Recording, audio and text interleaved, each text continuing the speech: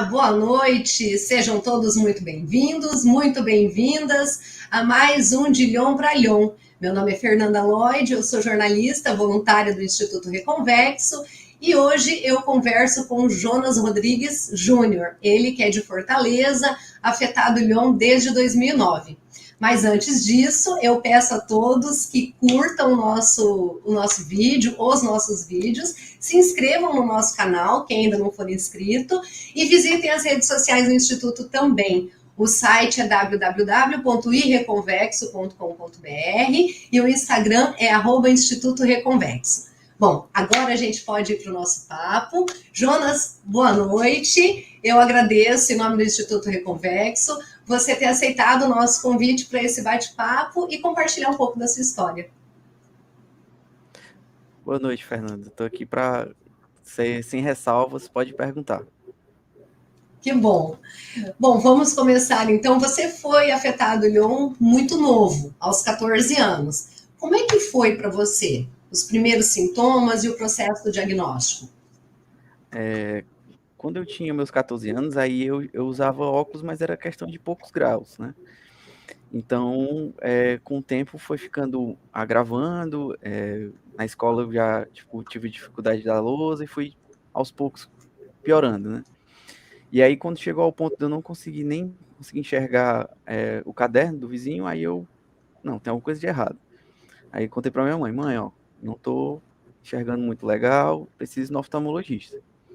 E aí chegou no oftalmologista, aí ela foi e comentou, ó, ele tá com Leber, assim, assim, e vai piorar bastante a visão dele. E aí minha família toda ficou muito abalada, muito triste, tudo, mas pra mim eu ainda não tinha tido a noção do que ia ser, né, dali pra frente. Pra mim ainda tava tranquilo.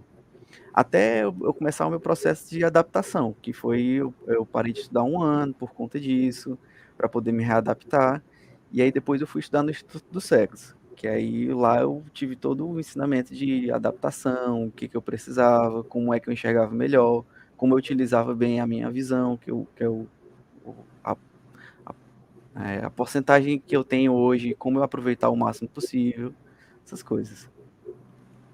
Jonas, você falou que foi muito certeiro o diagnóstico do médico, né? O diagnóstico clínico, né? Foi logo no primeiro oftalmo que você foi?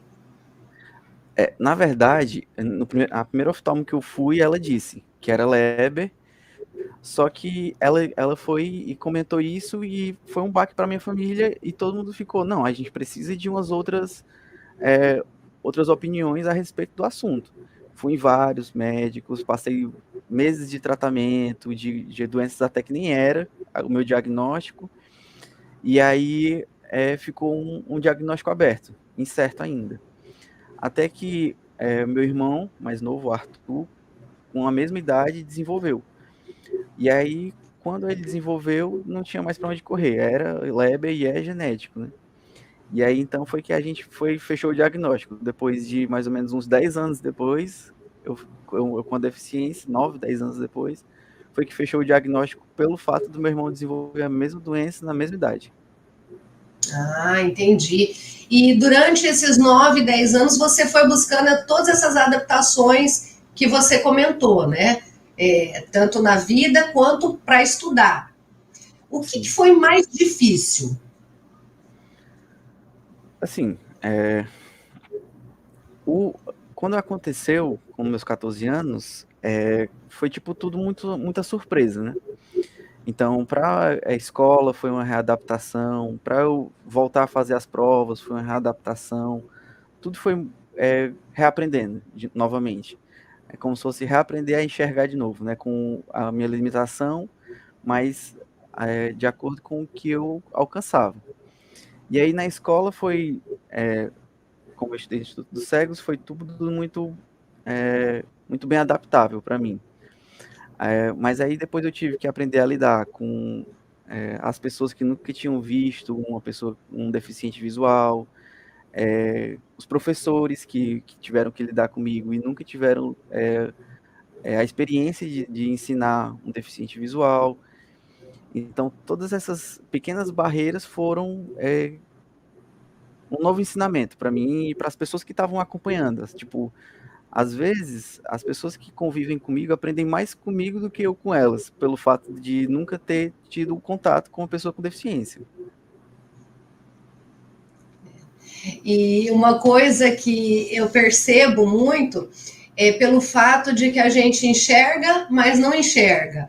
Né? Então eu percebo que para muita gente isso é estranho. Uma vez uma pessoa comentou numa entrevista que ele usa bengala, né? Essa pessoa usa bengala, tudo, e ela falou que comentaram com ela, falou, poxa, mas você vê uma barata passando no canto da sala e você não consegue ver uma coisa bem maior que está na sua frente, né? Acaba sendo complicado para quem está de fora. E como é que foi a aceitação? Você falou dos professores, a adaptação deles. Eles tiveram abertura para isso? Foram simpáticos? Foram empáticos à sua causa? Ou teve resistência, Jonas? Assim, alguns, eles tiveram todo esse cuidado de chegar devagar, dizendo, ó, como eu posso lhe ajudar, assim fica bom, assim não fica. Mas eu tive já situações com professores que não tiveram tanta abertura para me dar um auxílio no que eu precisava. E aí eu tive que, infelizmente, né, eu tive que me virar para poder conseguir tirar uma boa nota na matéria, na faculdade, para poder conseguir passar nas disciplinas. Então, infelizmente, quando as pessoas não conseguem ajudar, auxiliar para que a gente consiga se adaptar, a gente tem que se virar. Então, eu tive que dar esse jeito, né? Eu imagino, né? Na verdade, assim, eu imagino, mas com muita dificuldade, porque na escola deve ser muito complicado. Deve ser muito complicado mesmo para poder enxergar. Você tem que treinar muito a audição e a atenção, né? Para não se perder, às vezes, com o que você está prestando atenção em volta, né? O que está Sim. vendo ali, qualquer outro barulho. E na questão do vestibular, como é que foi para fazer o vestibular? Ou o Enem? Não sei como foi para você entrar na É, universidade. eu fiz o Enem. Assim, o que era mais difícil para mim era vencer o cansaço da vista, porque a gente, para conseguir ler, a gente tem uma certa dificuldade maior e a gente esforça mais a nossa vista, porque às vezes as pessoas pensam que porque a gente enxerga pouco, não cansa tão rápido assim, porque usa pouco a visão que tem, né? Mas a gente cansa muito mais rápido do que as pessoas que enxergam normal. Então era uma maratona, né? Porque 90 questões em um período de 5, 6 horas de prova, aquilo era cansativo demais de estar lá. O meu eu lia e tinha um ledor comigo, né? Então era cansativo tanto para que eu prestasse atenção no que o ledor estava lendo, quanto para que eu acompanhasse junto com ele lendo a letra ampliada, né? Então para mim foi bastante cansativo por causa disso. Mas assim, acabava a prova, eu não tinha outra coisa a fazer a não ser ir dormir, porque eu estava super cansado e exausto de toda a situação da prova.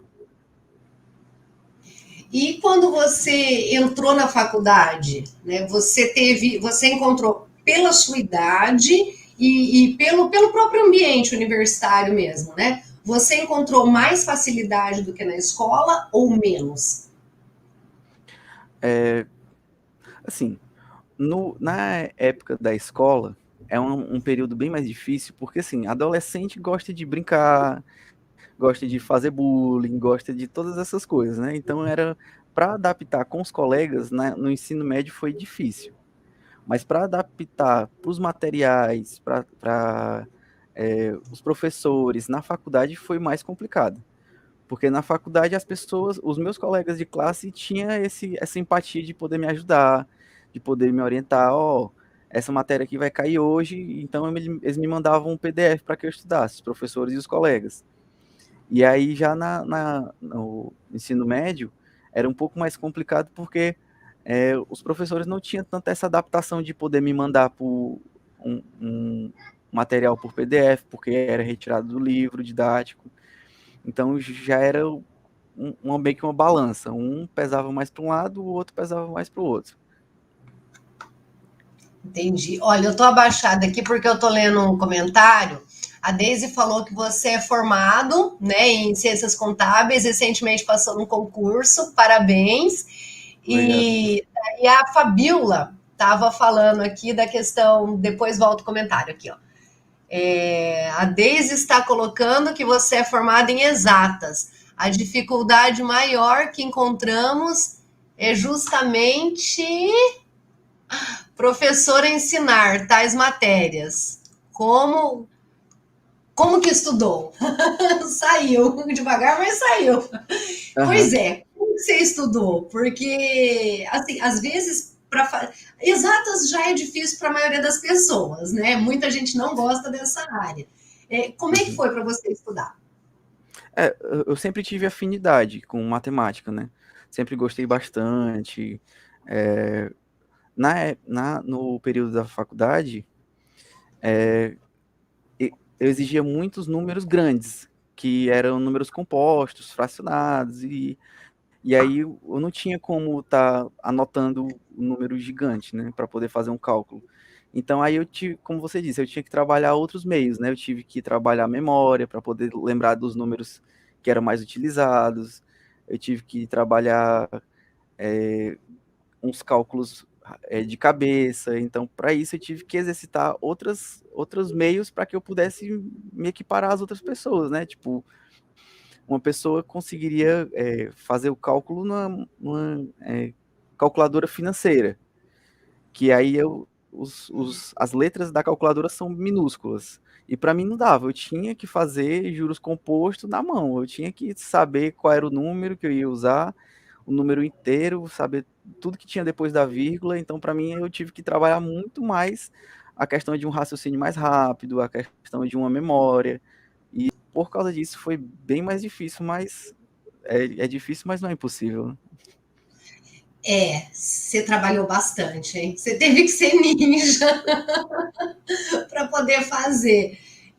Porque assim, a gente tem que fazer os números muito grandes, né?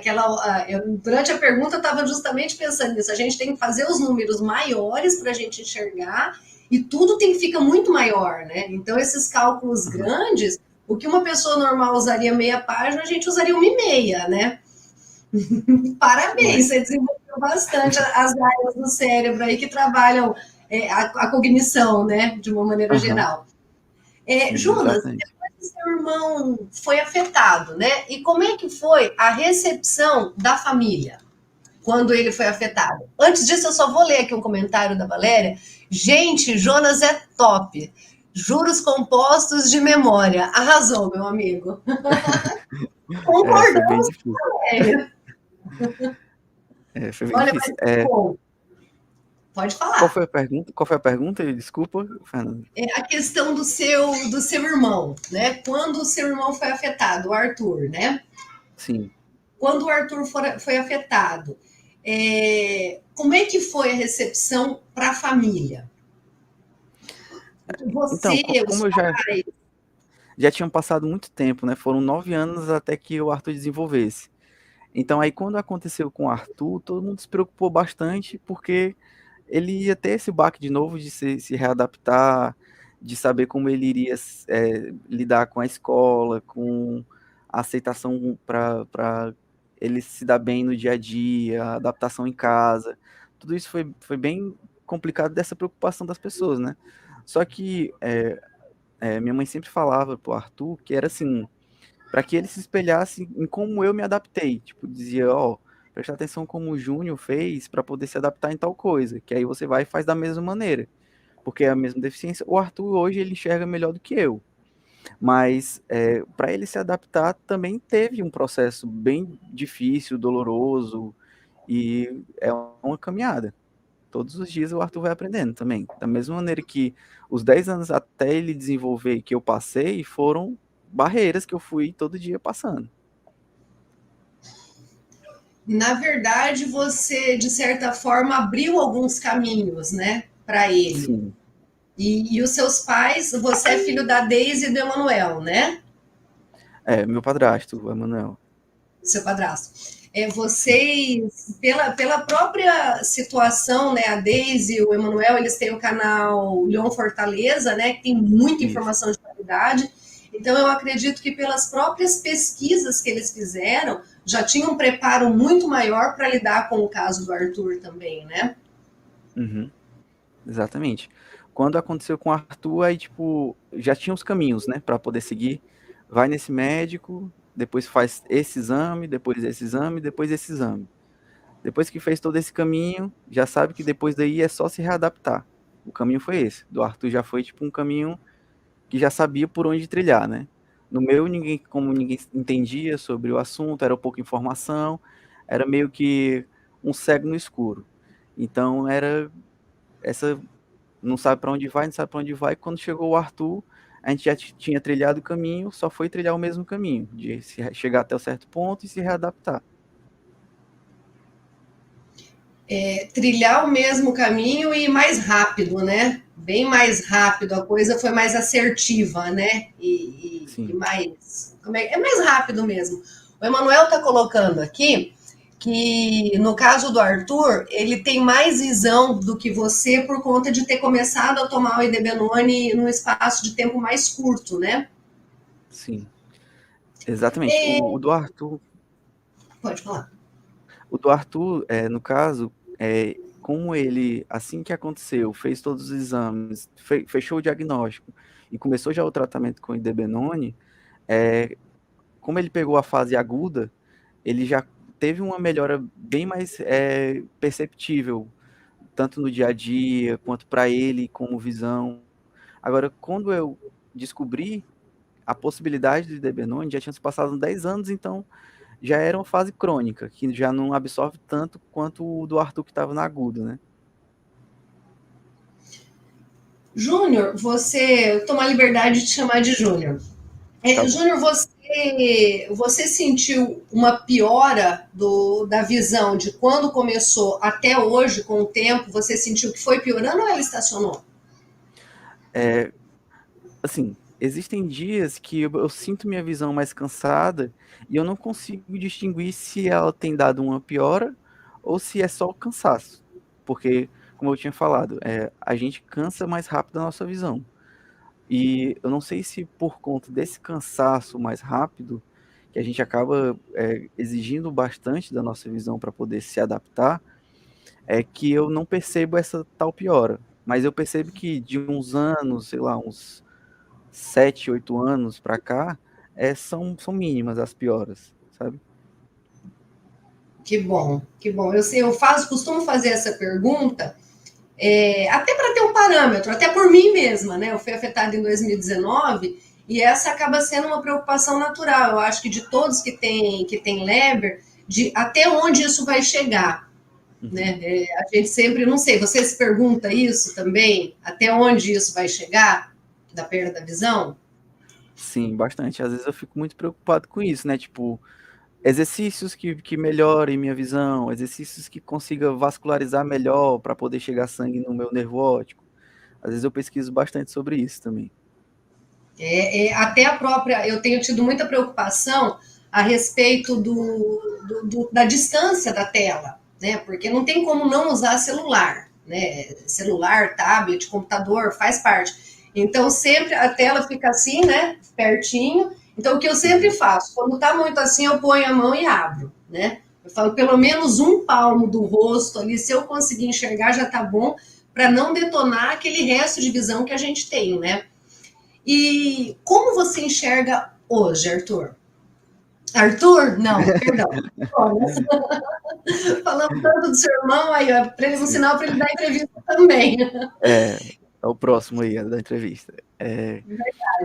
E como é que você enxerga hoje? Para eu ver uma tela, um papel, eu preciso chegar muito perto. Tipo, chegar muito perto do meu olho melhor, que é o esquerdo, né, no caso. Agora, para minha locomoção, eu só tenho dificuldades em lugares que são muito claros. Porque ofusca bastante minha visão pelo fato do reflexo do nervo óptico.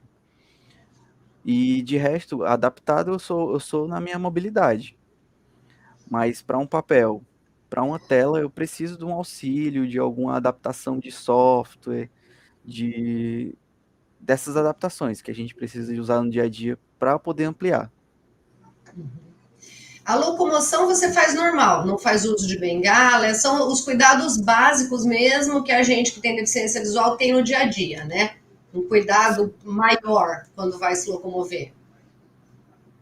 Isso, a minha locomoção eu consigo. A minha dificuldade de uma locomoção, por exemplo, minha mobilidade na cidade, é dificuldade de um sinal sonoro, dificuldade de uma faixa de pedestre e um sinal de pedestre nos meus trajetos. Essas são as minhas maiores dificuldades na minha mobilidade na cidade. Mas de calçada, de, de resto, tudo ok. Que bom. Olha, é muito bom ver que em vários cantos a gente consegue, as pessoas conseguem, com deficiência visual de uma maneira geral, ir se adaptando. Pode demorar um pouco, mas a gente vai se adaptando e cada um vai criando as suas táticas, as suas artimanhas, né, para poder levar as coisas no dia a dia, né?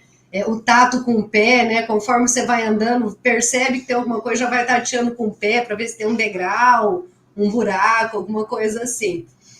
E como é que foi a questão da sua entrada no mercado de trabalho? Você entrou na faculdade, fez ciências contábeis. E como é que foi a sua entrada no mercado de trabalho? Então, no período da faculdade, desde o meu primeiro semestre eu estagiei.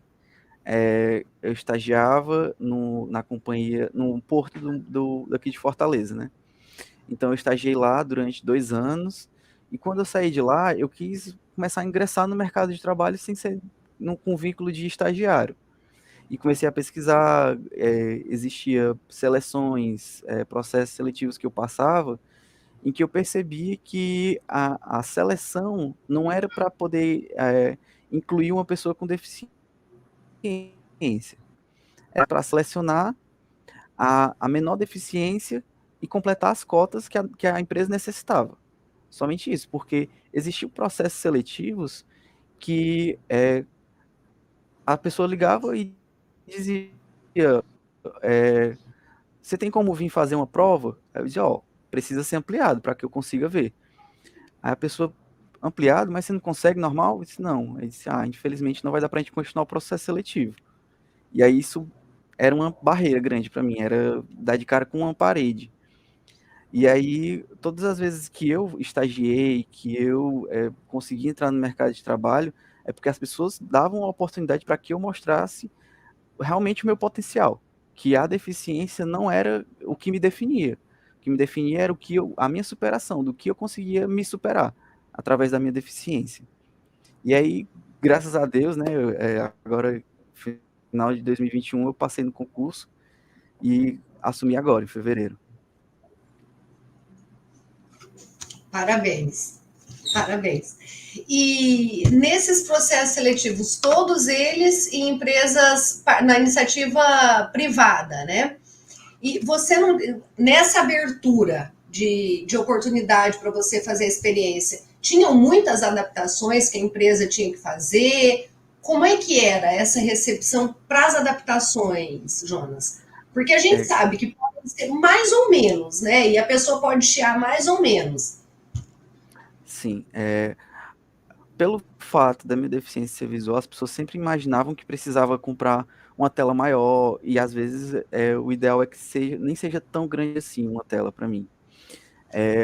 As pessoas sempre imaginavam que tinha que comprar a tela maior, tinha que investir na mobilidade da empresa, mudar a rampa, mas não necessitava de tudo isso.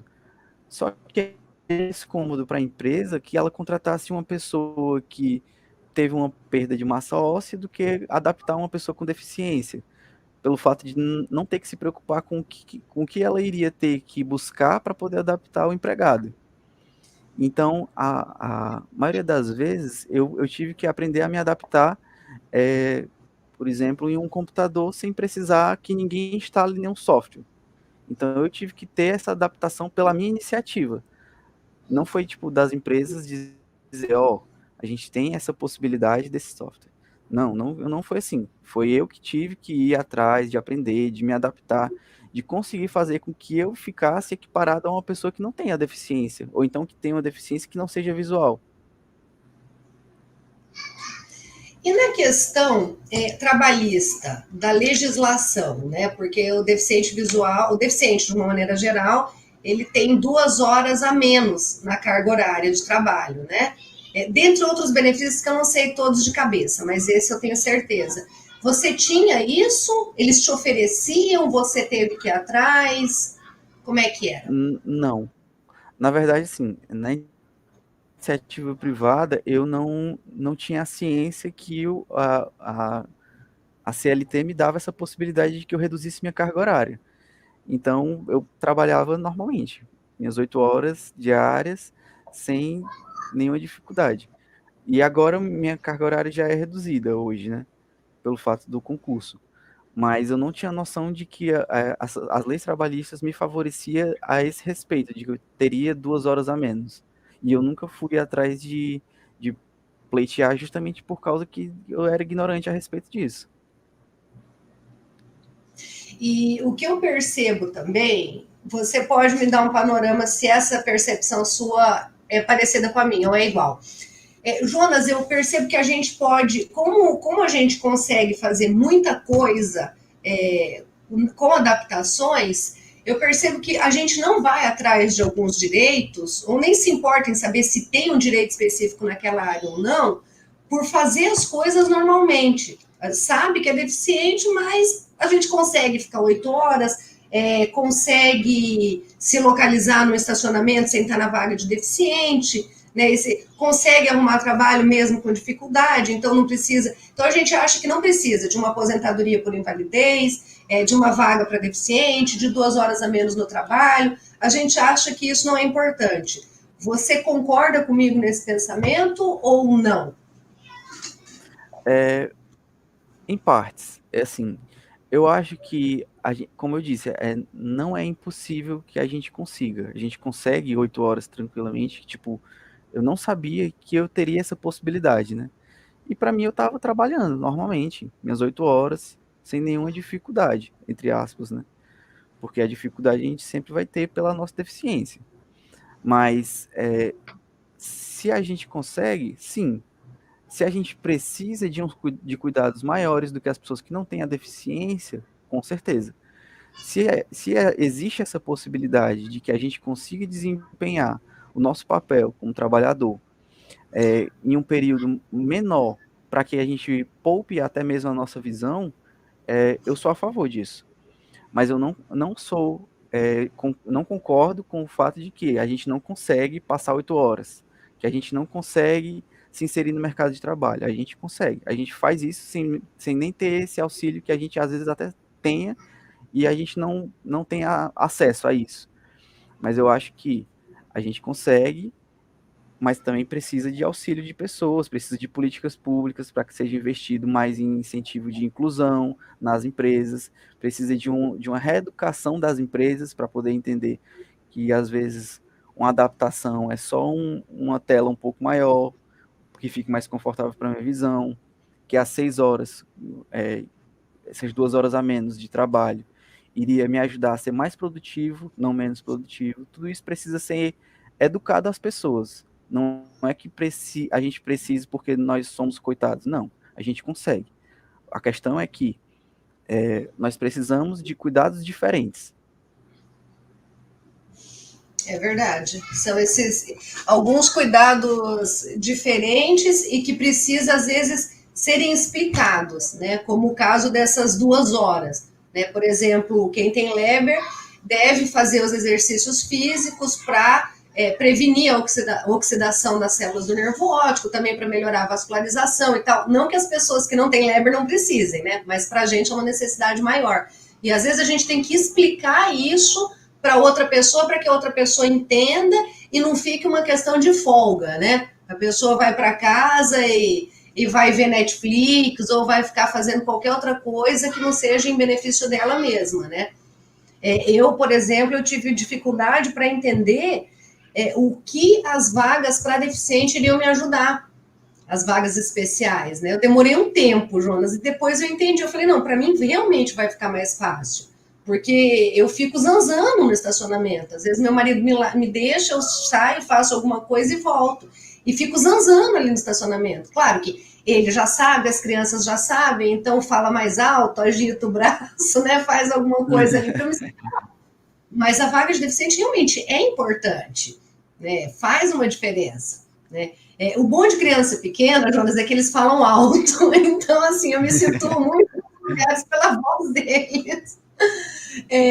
Mas a Valéria, ela fez um comentário aqui, ela falou que foi graças à lei de cotas de 1991 que foi possível, claro, por meio da lei, né, de uma imposição, que os deficientes fossem incluídos no mercado de trabalho. Isso, de certa forma, foi muito bom, mas acaba limitando, porque eles pegam as deficiências mais fáceis, digamos assim, né? Eu acredito que um cadeirante seja muito mais fácil de colocar numa empresa do que um deficiente visual ou um deficiente auditivo.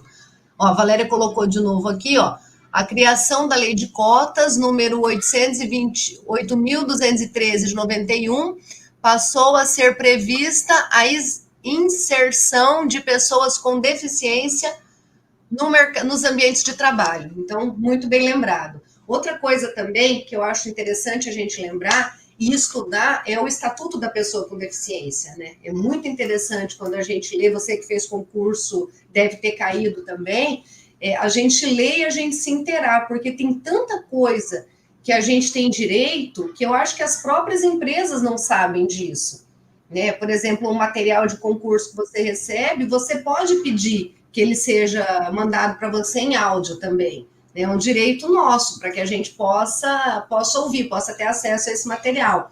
Então, até uma dica que eu deixo para quem está nos assistindo é isso. Pega o Estatuto do Deficiente, procura no YouTube, tem pessoas explicando, que a gente vai se empoderar muito mais dos nossos direitos também, até para saber explicar.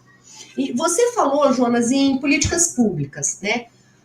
Fala mais sobre isso. O que você acha que é necessário de políticas públicas, de uma maneira geral, para atender os deficientes visuais? Assim, eu acho as cotas que as pessoas precisam são exigidas através do Ministério do Trabalho, eu acho que não é muito bem definida. Por exemplo, como a gente falou, que as pessoas escolhem qual deficiência é menos custosa para mim. Aqui, a deficiência que custar menos, eu estou contratando. Então, o que precisa ser mais definido é isso. Qual empresa que vai querer contratar uma pessoa com deficiência visual, sendo que, como você disse, um cadeirante é muito mais fácil de adaptar na empresa do que as pessoas que são deficientes visuais. Então, a gente fica, às vezes, à espera de uma empresa que aceite pessoas com deficiência. Então, isso fica bem mais complicado para as pessoas com deficiência visual. E aí, um exemplo, as pessoas com deficiência auditiva. Vai ter que ter todo um preparo de todos os funcionários para aprender Libras. Então, isso seria um custo bem maior. E aí, eles preferem o quê? Uma pessoa que teve um problema de locomoção. E aí fica bem menos, um custo bem menor para essas empresas. E eu acho que as políticas públicas deviam ser voltadas para que as empresas não pudessem escolher. Mas não estou dizendo que tirasse o direito dela escolher qual o profissional mais qualificado, mas que haja algum incentivo para que o mercado seja mais inclusivo para todas essas deficiências, não só a visual, mas como também a auditiva, mental. Qualquer uma dessas deficiências precisa de políticas públicas de inclusão. E só dizer que um percentual precisa ter homologação de pessoa com deficiência não é política de inclusão. E a respeito, só fazendo um adendo, né? Se a gente for reparar, você falou a respeito de custos. E se a gente for reparar, Jonas, eu nunca vi um deficiente visual trabalhando. Deficiente auditivo a gente vê mais ou menos, mas os mais comuns são cadeirantes e alguma deficiência mental leve, né? Por exemplo, uma síndrome de Down. E ainda assim, eu saí do mercado de trabalho, né? Você pode falar com mais propriedade. Quando eu fui afetada, eu estava fora, eu ainda não retornei. Então, eu não sei como é que funciona, como é que eu seria tratada nisso. Mas uma coisa que eu vejo muito é subemprego. né? Eles vão dar aqueles empregos assim os mais fáceis, os que precisam de menos capacidade intelectual para as pessoas com algum tipo de deficiência, como se tivesse algum problema de capacidade, de cognição. Nas experiências que você teve ou de conhecidos aí em Fortaleza, você nota isso também? Sim, na verdade eles abrem as possibilidades de pessoa com deficiência. Muitas das empresas é assim, sempre um nível bem baixo, sem se preocupar com a qualificação, saber qual a qualificação dessa pessoa. Mas existem empresas também que elas são empresas que são multinacionais, que às vezes elas têm bem estabelecido que deficiência não é uma barreira para que a pessoa consiga ascender na empresa. Então, no mercado de trabalho existem essas empresas que elas querem completar as cotas e que têm políticas para poder incluir as pessoas com deficiência. Eu mesmo já fiz seleções de empresas que me colocaram numa sala para fazer uma dinâmica de grupo, onde só eu era pessoa com deficiência, mas eu estava ali concorrendo igualmente. A minha deficiência, a minha dificuldade de ler, de enxergar alguma coisa, não fazia a menor diferença para as pessoas que estavam avaliando. Mas já tiveram empresas que disseram isso. Eu sou pessoa com deficiência visual, preciso que amplie. E aí, na mesma hora, a pessoa já disse no telefone, ó, não vai dar para a gente continuar o processo seletivo porque não vai dar certo. Mas aí, nitidamente, nas entrelinhas, a gente consegue perceber que a deficiência visual não servia para aquela pessoa porque ela queria alguém que fosse simplesmente só para ser uma engrenagem, só para completar a cota. É muito triste isso, né? É muito triste.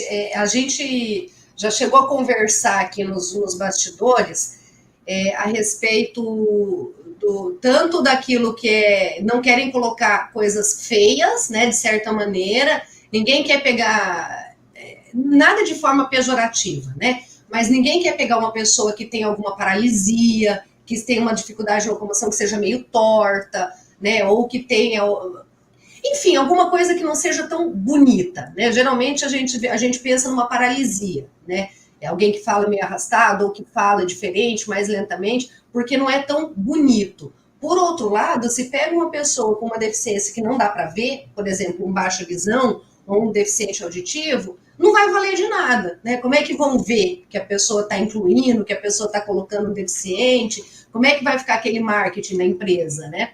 Então, baixa visão não dá para ver que a pessoa tem baixa visão. Né? Fica a crítica, né? Fica o desabafo aqui a respeito disso. E você falou a respeito de políticas públicas na questão de empregos, né? De políticas públicas. E sobre políticas públicas voltadas para os adolescentes, já que você também viveu essa situação de adolescência, de estudos, o que você acha a respeito disso? Sim, já tem sido feito bastante coisa a respeito, por exemplo, das universidades. Quando eu prestei vestibular, que eu fiz o Enem, não tinha cotas. Era só alguns estados do Brasil que tinha cotas para pessoas com deficiências. E hoje não. Todos os cursos em todas as universidades aqui em Fortaleza tinha a possibilidade de você entrar através das cotas como pessoa com deficiência. E aí, quando foi esse ano que eu olhei, eu pensei, poxa, isso é bem melhor. Para mim não foi bom, mas para o Arthur vai ser excelente, porque o Arthur já pegou o caminho trilhado, né? Como eu tinha falado. Ele pegou a possibilidade de ele poder entrar, mesmo com a deficiência, com todas as dificuldades, ele vai poder agora se equiparar às pessoas com deficiência. Os desiguais vão ser iguais agora. Então, acho que agora existem algumas políticas públicas que beneficiam as pessoas com deficiência, em que, voltando àquele ponto, é mais difícil para a gente que tem deficiência visual, mas já é um primeiro passo de ter as cotas para pessoas com deficiência, entendeu? É verdade. O primeiro passo de ter as cotas e de ter algumas possibilidades também para o deficiente visual quando ele vai fazer um concurso, um processo seletivo, né? Que tem o ledor, tem o transcritor, tem a possibilidade da prova ampliada, pedir mais tempo, isso já ajuda bastante, né? Pelo menos, ao meu ver, isso já é um grande passo no sentido de nos ajudar, né? A gente sempre fala aqui a respeito da ajuda em grupo, né, da necessidade do quanto isso faz bem, de conviver com pessoas que passam pelos mesmos problemas.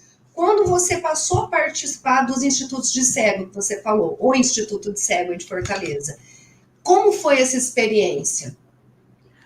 É, lá foi excelente para mim. Eu estudei um ano lá antes de ir para uma escola regular.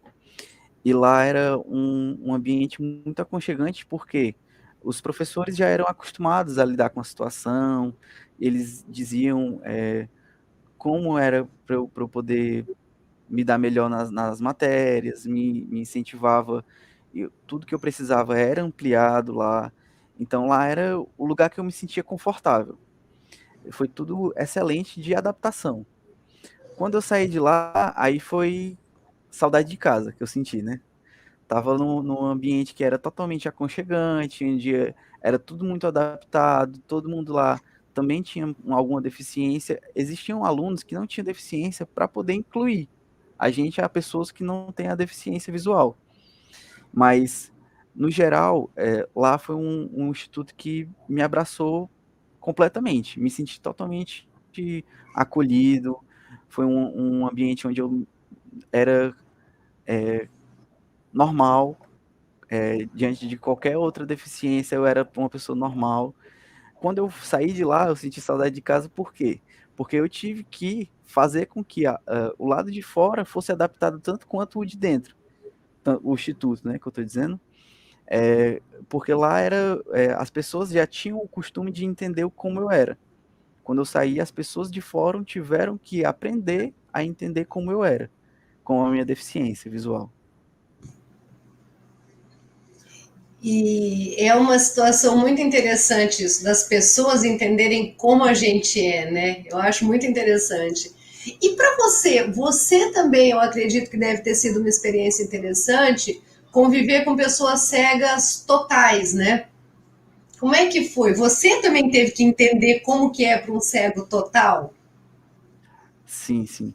É, eu tinha um colega na época da escola, no ensino médio. Eu estudei com ele no fundamental e no médio, né? É, ele era cego total. Ele quando eu estudei no ensino médio, eu trabalhei também. Um estágio de jovem aprendiz, uma política do governo. E aí meio período eu trabalhava, meio período eu estudava. E o Ítalo, que é esse meu amigo, ele também trabalhava no mesmo lugar que eu, estudava no mesmo lugar que eu. E aí o que que acontecia? Eu conseguia atravessar as avenidas, ruas, tudo na faixa de pedestre. E para mim era tudo adaptado, era um caminho já trilhado até chegar ao meu trabalho. Então, houve dias em que uma colega que também trabalhava com a gente não pôde ir, porque teve algum compromisso que acabava ajudando a gente a atravessar a rua, uma avenida. E aí a gente se deparou numa situação em que eu estava guiando o Ítalo, que era cego total. Era eu esperando o sinal fechar, o Ítalo é, ao meu lado, sendo guiado por mim. E aí tem muita gente que ri, que aí brinca, até tira uma brincadeira, né, dessa situação, porque como é que tu vai guiar alguém e tudo? Aí ficou essa brincadeira, sabe? Mas sempre foi super tranquilo. A minha limitação, o pouco que eu enxergava ajudava que as pessoas até que enxergavam menos do que eu. Então sempre foi assim, a gente sempre se ajudar, né? A gente lá do Instituto. Isso é muito importante. A gente muda muito a nossa maneira de ver o mundo e de conviver com as outras pessoas depois da deficiência visual, né? Eu acho muito interessante quando a gente observa o antes e o depois. É verdade. A gente passa a ver o mundo literalmente com outros olhos, porque é difícil passar para uma pessoa que não conhece a gente que o quanto a gente é capaz, o quanto a gente consegue ser independente. As pessoas às vezes olham quando não desconfiam pelo fato de parecer. Elas tratam com indiferença, pensa, isso aí vai conseguir fazer, então eu nem preciso dar ajuda a ele de nenhuma forma. Então, às vezes, essas barreiras, às vezes até mesmo ignorância das pessoas de não entender como funciona uma pessoa que é deficiente visual, baixa visão, a gente encontra no dia a dia desse preconceito, né? Jonas, eu vou só falar do comentário aqui. A Fabiola, ela colocou que falta nas empresas um olhar mais apurado para esses cargos de igualdade, realmente, né? Não ficar nesses subcargos, como a gente estava falando. E a Valéria também completou aqui que a lei de cotas ela não deveria ser vista como uma obrigação. Ela deveria sim ser uma oportunidade para que as pessoas sejam incluídas no mercado de trabalho. Isso também foi outra coisa que eu demorei um pouquinho para entender, que é a questão da aposentadoria por invalidez. Eu vi a aposentadoria por invalidez como uma incapacidade de retornar ao mercado de trabalho, né? E numa dessas conversas de bastidores, eu cheguei ao entendimento, né, que não é para isso, é quando faltam realmente oportunidades. Por isso que tem essa aposentadoria por invalidez, né? Quando a gente pensa assim, fica muito mais suave, até para nós mesmos não nos sentirmos inválidos, né? Porque não somos, né? Até porque para determinadas coisas que a gente tem que fazer, a gente se desdobra um pouquinho mais do que os outros, né? Para conseguir dar conta. Não que seja ruim, mas a gente vai se adaptando para chegar naquele resultado. Quando você teve uma grande campanha, né? Não sua, você também contribuiu, mas do Emanuel e da Deise, né? Dos seus pais, quando você teve Lyon, quando você foi diagnosticado, né? A gente procura ali na internet, a gente vê entrevistas, teve campanha, teve levantamento financeiro também por meio de rifas, não teve? Promoção, parece que teve isso também logo no começo, né? Nessa manifestação, nesse movimento que foi criado em torno da Lyon, da divulgação de informações, isso você acredita que ajudou aí na sua cidade a um melhor entendimento das pessoas, dos médicos, do pessoal de saúde, não só na sua cidade, mas aí na região de uma maneira geral? Sim, no período em que houve todas essas campanhas, muitas das pessoas que não tinham o diagnóstico aberto descobriram uma possibilidade do que poderia ser esse seu diagnóstico, né? Então, isso ajudou a levar informação de coisas que as pessoas não tinham conhecimento do que existia, qual a possibilidade do meu diagnóstico. E eu digo até mesmo para a questão dos médicos, porque já houveram médicos em que eu fui e expliquei minha situação como diagnóstico, e a pessoa ficou curiosa e disse que queria estudar mais, queria pesquisar mais e que iria e pediu para que eu retornasse futuramente para poder ele entender mais como funcionava toda essa deficiência. Então, toda essa campanha mobilizou para que as pessoas tivessem conhecimento mais sobre a situação, não só, eu digo, o público em geral que é afetado, mas eu digo também o público dos médicos. Os médicos também tiveram a possibilidade de entender, de pesquisar, porque aqui em Fortaleza é muito escasso médicos que são neurooftalmologistas. Então, isso incentivou com que neurologistas e oftalmologistas começassem a ver que existem doenças que precisam da atenção dos dois, entendeu? Eu acho muito bom, eu fico muito feliz quando eu vejo que alguns médicos realmente ficam com esse interesse depois, né? Eu voltei em um oftalmologista que eu tinha visto, Cuiabá, apesar de ser uma capital, não tem neurooftalmo, né? Eu tive que ir para fora, e quem realmente foi incisivo comigo não foi um oftalmologista, foi a neurologista, né? Que ela falou, saia daqui, vá para outro lugar, que aqui você não vai ter o seu diagnóstico. A gente não sabe até onde vai chegar, e isso você pode perder a visão sem ter o diagnóstico. E eu voltei em um dos oftalmologistas que me atendeu para que ele preenchesse um documento para mim, e ele não teve a mínima vontade de saber o que era Leber, né? Nada, assim, ele me tratou com uma frieza maior do que ele já tinha tratado antes. Então, eu fico muito feliz quando eu vejo que alguns médicos, alguns estudantes dessa área de saúde ficam interessados, né? Porque mostra que realmente dá para ser feito muita coisa ainda, nessas doenças raras, né? A gente tem Leber, mas existem muitas outras doenças aí que a pessoa passa a vida inteira e morre sem ter um diagnóstico fechado.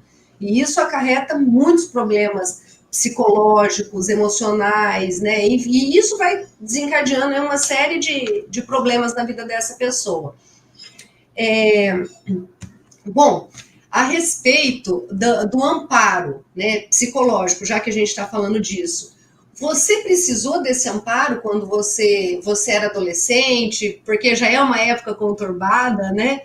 A Uhum. própria adolescência. Você teve esse amparo psicológico? Como é que foi? Como você vê a necessidade desse amparo? Assim, minha família sempre me apoiou. De todos os lados onde eu olhava, a minha família sempre me apoiou em todas as decisões que eu tinha de faculdade, de continuar ou não continuar uma faculdade, de entrar em um mercado de trabalho. Então, esse apoio e todo esse amparo que eu tive da minha família foi fundamental para que eu não me sentisse oprimido pela deficiência, não me sentisse menosprezado, menor do que as pessoas. Então, minha família foi um processo de entender também como era essa deficiência. Mas todo mundo me abraçou bastante como uma família, me incentivava, me orientava, dizia que, independente da minha deficiência, eu teria a possibilidade de conseguir fazer uma faculdade, só dependia de mim. E isso entrou tanto em mim que muitas das vezes eu pensava, tipo, eu quero terminar minha faculdade para provar para mim mesmo que eu consigo. Então, acho que todo esse incentivo foi essencial. A família sempre foi uma base para mim. E foi uma base para você essencial, e isso, com toda certeza, fez com que a situação para o Arthur ficasse um pouco mais suave. Né? Apesar do que o Emanuel colocou aqui, que foi bem complicado quando surgiu no Arthur, eu acho que, claro, depois daquele baque inicial, né, daquele pesadelo todo tá retornando, eu acredito que depois deve ter sido muito mais suave, né? E muito mais, como é que eu posso dizer?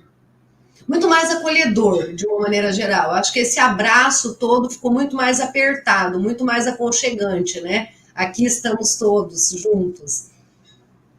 É verdade. No caso, quando aconteceu com o Arthur, foi bem mais difícil dele conseguir se adaptar, porque são pessoas diferentes, são tempos diferentes.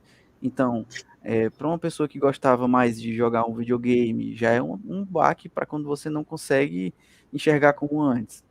Então, todo esse processo de adaptação e tudo, às vezes é bem mais forte o baque quando é uma pessoa que exigia bastante, gostava bastante de utilizar da visão. E eu gostei sempre muito de esporte, né? Então, é, quando aconteceu com meus 14 anos, eu me dediquei bastante em vários tipos de esporte. Quis conhecer modalidades em que eu era mais individuais, em que eu só dependia de mim, não era esportes coletivos, que dependia de um reflexo da visão. Então, sempre foi situações diferentes para poder adaptar. Talvez para o Arthur teve um tempo diferente de adaptação, mas pelo fato dele enxergar melhor, hoje ele pode ser bem mais adaptado do que eu, em questão de mobilidade, em questão de leitura, em questão de N coisas. Entendi. Realmente, né? Por mais que já exista um preparo, digamos assim, da família, eu não digo um preparo, uma experiência prévia, né? São pessoas completamente diferentes mesmo. Né? Você tem toda a razão. E você falou do esporte, dos seus cuidados, né? Hoje, para que a situação não piore. O que você faz hoje? Você falou dos esportes, né? Vamos lá, você é multiesportista.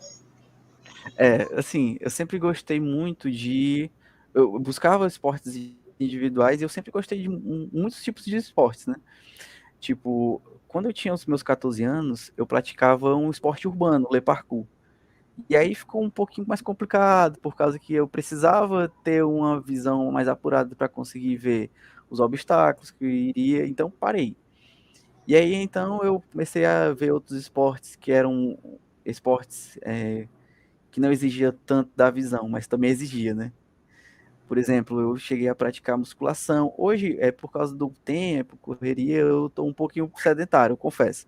mas já cheguei a praticar, eu pratiquei musculação durante muito tempo, pratiquei Muay Thai, Jiu-Jitsu, não chegava a competir porque não dá para adaptar um esporte tanto de contato assim, mas já pratiquei surf, que com auxílio dos meus amigos mesmo eu conseguia tranquilamente praticar o meu esporte, entendeu? Legal. E você chegou em algum momento participar de esportes para baixa visão? Você chegou a procurar isso ou não? Nunca foi atrás? Não, na verdade eu nunca pesquisei sobre. Quando eu estudei no instituto, existia o futebol que tinha a bola com guiso, né? Mas eu nunca cheguei a praticar. Até mesmo porque eu queria, pelo fato de enxergar pouco, eu queria utilizar da visão, e quando é o futebol com guiso, você tem que usar uma venda, né? Então, para mim, aquilo era um pouco agoniante, eu ficava um pouco aflito quando eu colocava a venda e eu não me sentia tão adaptado assim. Deve ser muito diferente, né? Essa questão de você ficar total, né, com os olhos fechados. E, bom, nós já estamos chegando aí a 1 hora já de entrevista, já foram 56 minutos de entrevista. Eu gostaria que você me relatasse como é que é o seu trabalho hoje, como é que é a sua rotina hoje. Como foi fazer o processo É, seletivo? Como é a sua rotina de trabalho hoje? bom, a empresa que eu trabalho hoje, a Caixa Econômica, ela foi uma empresa que me adaptou bastante. Ela sempre pesquisou, quis pesquisar perguntando para mim o que eu necessitava para que meu trabalho fique mais acessível para mim. Hoje eu trabalho no atendimento ao público e as pessoas chegam até mim para ser atendidas sem nem ter a noção de que se trata de uma pessoa com deficiência pela adaptação que eles me deram. Então hoje eu trabalho no banco, é, o meu micro é adaptado. Eu tenho uma lupa eletrônica que me auxilia para ver documentos, para conseguir ver uma letra menor, para conseguir conferir uma assinatura. Então a empresa me abraçou de uma maneira incrível, de me adaptar, de me orientar, de me ensinar os atendimentos, de como lidar com o cliente. Todo esse amparo que eles me deram, não consegui achar em nenhuma outra empresa no mercado privado. Isso é um baita incentivo para aquelas pessoas que estão nos assistindo, para que continuem correndo atrás, né? No seu caso, foi por meio de um concurso, né? Quando é um concurso, eu acho que a empresa também já espera algumas adaptações, mas você está relatando que leva uma rotina normal de trabalho e inclusive com atendimento ao público, né? Que às vezes a gente pensa em se esconder, né? Muita gente às vezes pensa assim, não quero ficar lidando com pessoas, né? E você trabalha muito bem e passa batida. Eu acredito que tem situações que quando a pessoa sabe que você é deficiente visual, nossa, mas você é deficiente nem parece, né? Você faz as coisas tão bem. Pelo seu sorriso isso acontece. Sim, acontece. Quando eu cheguei na agência, é, eu falei para minha gerente, eu disse, ó, se possível, eu quero ficar na área meio. E aí, quando eu cheguei na agência, tinha um colega meu de trabalho que ele também é deficiente visual. Ele tem um problema na córnea, ceratocone, e ele também chega perto da tela para poder enxergar, chega perto de um documento para poder conseguir ver. Então ela foi e disse, ó, se você quiser ir para a área meio, não tem problema. Se você não quiser ficar externo, atendimento ao público, mas é possível porque, ó, nós já temos um funcionário que também tem deficiência visual e ele conseguiu. Ele não tinha nenhum problema em atendimento, até hoje ele faz atendimentos, e aí aquilo me deu um incentivo de que se eles vão me dar um amparo, até mesmo de que numa situação eles podem me auxiliar, ó, não se preocupa que você não está sozinho. Então eu fui, eu simplesmente não tive mais medo e fui, porque é, atendimento ao público não significa que a gente não consegue pelo fato de nós deficiência. E as pessoas também têm que ter a empatia de entender que o funcionário também pode ser uma pessoa com deficiência, por mais que, como você disse, não pareça, as pessoas têm que ter o entendimento de uma paciência, de que você pode estar sendo atendido por uma pessoa com deficiência, e que pode demorar um pouco mais, mas que você vai ser atendido com a mesma excelência de uma pessoa que enxerga normal. Isso é muito importante que as pessoas percebam isso, né? Tenha simpatia.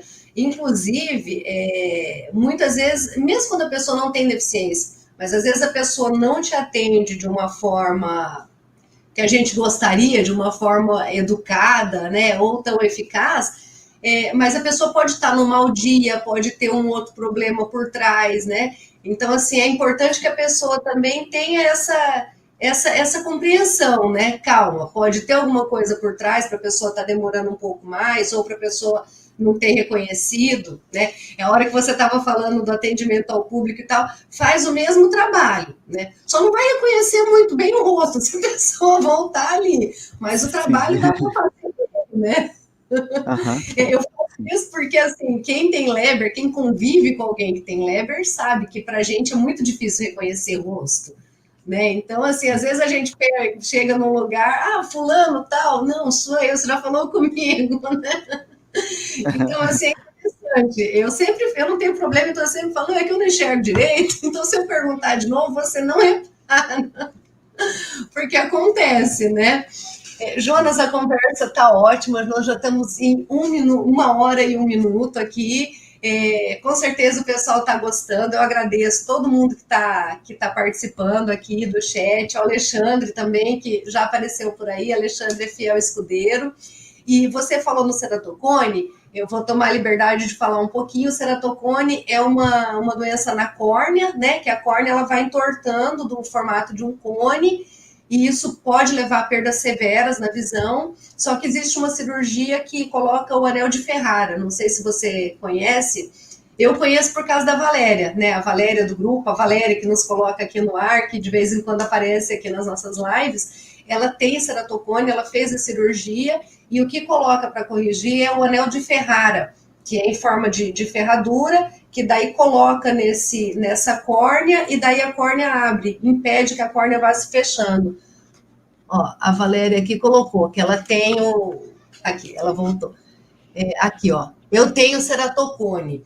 Então, para quem não sabe, né, a Valéria ela tem um problema visual, não é Lyon, ela é a única que está no grupo sem ter Lyon, mas também tem alguma coisa na visão. Bom, explicações à parte, Jonas, eu agradeço mais uma vez a sua participação, a gente precisa encerrar, e eu deixo esses últimos minutos para que você fale o que você achar importante aqui que as pessoas saibam. Né? A palavra está com você, você pode ficar à vontade. Tá, obrigado. Eu quero só dizer, Fernanda, para as pessoas que estão nos assistindo, que têm também essa neuropatia, que compartilha dessas mesmas dificuldades que nós temos, que não é impossível que a gente consiga os nossos objetivos. A única diferença é que para nós vai ser um pouco mais difícil, mas isso não significa que a gente não consegue, a gente só precisa ter coragem, perseverar e não desistir. Porque desistir é para sempre, mas continuar, a dor é passageira. Por enquanto, pode estar sendo difícil, mas se você continuar, uma hora você vai se adaptar e aquilo tudo que doía vai ser super comum para você. Aquilo que as pessoas não entendiam como lidar com você, de tanto você conviver e estar insistindo de que você o consegue, as pessoas vão começar a reconhecer o seu espaço, ali onde você está. E eu quero só agradecer a você, agradecer a Valéria, ao Instituto Reconvexo, e uma boa noite para todo mundo. Jonas, eu só quero colocar aqui, antes da gente encerrar, que a sua mãe colocou aqui, orgulho do meu filho, não só a sua mãe, né, mas eu também fico muito orgulhosa de poder ouvir a sua história, que é uma história muito, muito bacana. Você é uma pessoa muito, muito potente, como diz a Valéria, uma pessoa muito inteligente, que tem uma visão muito ampla das coisas. Né? Pegou os limões e não só fez uma limonada, fez um malabarismo aí com os limões. e demonstra muita maturidade, muita aceitação e principalmente muita garra para ir em frente. E a Valéria perguntou aqui do casamento, quando será? Ah, sim, eu tô casando agora em Você junho. vai casar? Final de junho eu tô casando. Graças a Deus. Minha noiva, uma das curiosidades que ela teve para me conhecer foi justamente entender mais sobre minha deficiência. E aí a gente se apaixonou e vamos casar agora. Vamos montar nossa família, construir nossa família. É super comum, ela entende minhas limitações. Para que não seja invasivo, ela sempre pergunta: ó, você precisa de auxílio nisso? Você não precisa? E até mesmo eu tenho a liberdade de dizer: ó, não preciso de auxílio nisso, eu posso fazer sozinho. E ela me entende, ela me compreende, amo demais ela. Ai, que bom, que lindo! Ai, uma moça de sorte. Deus abençoe muito a relação de vocês, o casamento de vocês, essa família que está se formando. E olha, você é um cara raro, não só pela Leber, mas também por falar, graças a Deus, você vai casar, graças a Deus. Ai, que lindo, não é todo homem que fala assim, né? Geralmente eles vão. Não, brincadeira, brincadeiras à parte. Homem não foge, não. Isso é o conceito popular, né? Mas agora, graças a Deus, foi lindo. Ai, fiquei encantada, Jonas. Parabéns para você, para sua noiva. E gratidão mais uma vez por estar participando. Que nem eu falei, eu fico muito orgulhosa de ouvir essas histórias e principalmente de ter essa oportunidade, sabe? De dar voz a outras pessoas para que elas contem, para que elas se orgulhem de si mesmas, porque quando a gente vai falando, a gente vê que, nossa, como eu superei, como foi bacana ter feito isso que eu achei que talvez não conseguisse. Ou eu nunca me imaginei numa situação dessa e tô aqui e muito bem, né? Então eu fico muito feliz, muito satisfeita em cada entrevista dessa. Gratidão mais uma vez, Jonas. Gratidão a todas aquelas pessoas que nos assistem. Mais uma vez, se gostaram desse vídeo, curtam, compartilhem, maratonem os outros vídeos do canal. Não deixem de seguir a gente no Instagram, que agora a Valéria está movimentando, tem muito material bacana. Gratidão a todos e até a próxima.